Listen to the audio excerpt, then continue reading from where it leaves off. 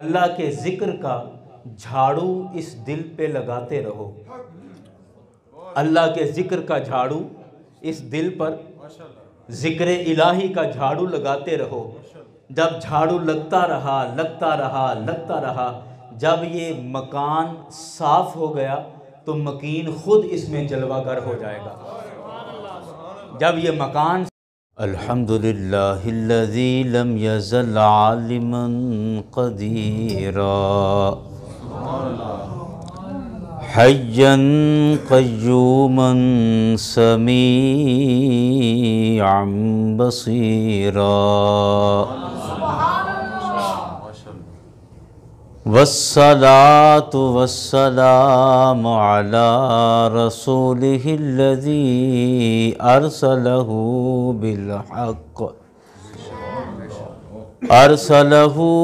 بالحق بشيرا ونذيرا وعلى آله وأصحابه كثيرا كثيرا أما بعد فأعوذ بالله من الشيطان الرجيم بسم الله الرحمن الرحيم قد افلح من تزكى وذكر اسم ربه فصلى صدق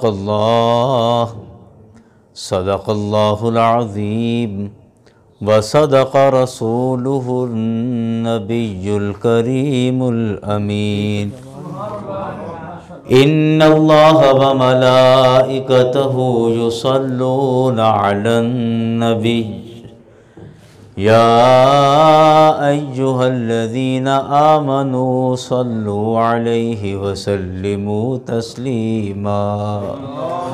سب آپ مل کے بلند آواز سے پڑھ لیں الصلاۃ والسلام۔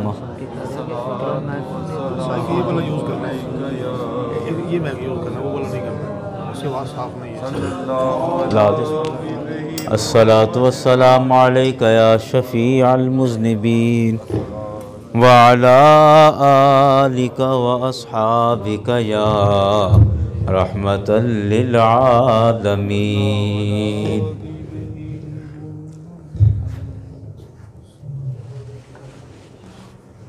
حمد و ثنا کے بعد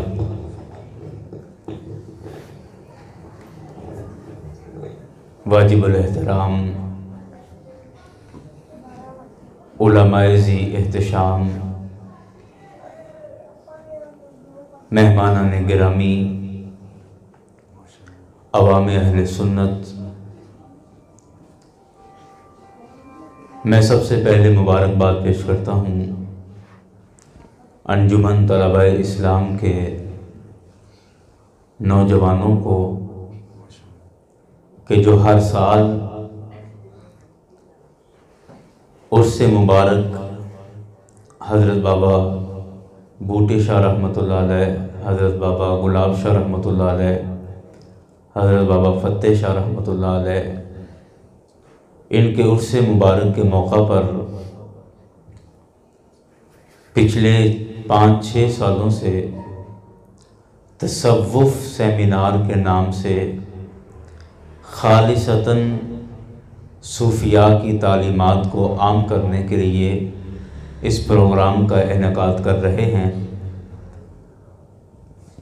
آپ سب دعا کریں کہ اللہ تعالیٰ ان نوجوانوں کو اس ہدایت کے راستے پر استقامت عطا فرمائے۔